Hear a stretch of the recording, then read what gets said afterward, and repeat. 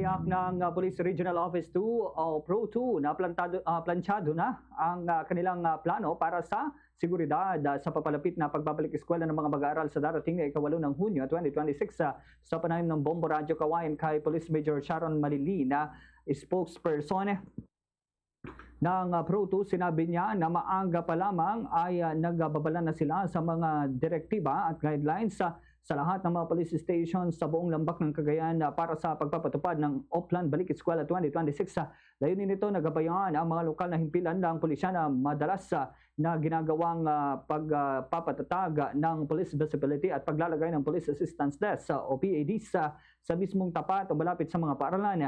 Gaya ng nakagawian ng PNP, taon-taon ay nagsasagawa rin sila ng serye ng foot and mobile patrols at yan ay sa mga pangunahing lansangan at terminal ng sasakyan. Lain nitong protektahan naman ang mga mag-aaral laban sa mga pagsasamantala o mapagsamantalang elemento tulad na lamang ng mga snatcher, hold-upper, pickpocketers at mga nagbebenta ng illegal na droga malapit sa mga campus. Patuloy ding nakikipag-ugnayan ang Pro 2 sa pamunuan ng Department of Education o DepEd, mga lokal na pamahalaan o LGU at mga barangay tanod upang magtulong-tulong sa pagmamando ng trapiko at pagbabantay ng mga safety and security concern ng bawat paaralan.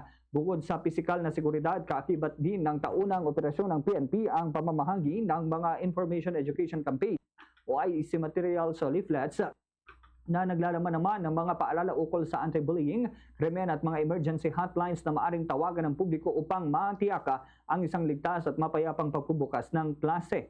Ganito ang bahagi ng pahayag ni Police Major Sharon Malili.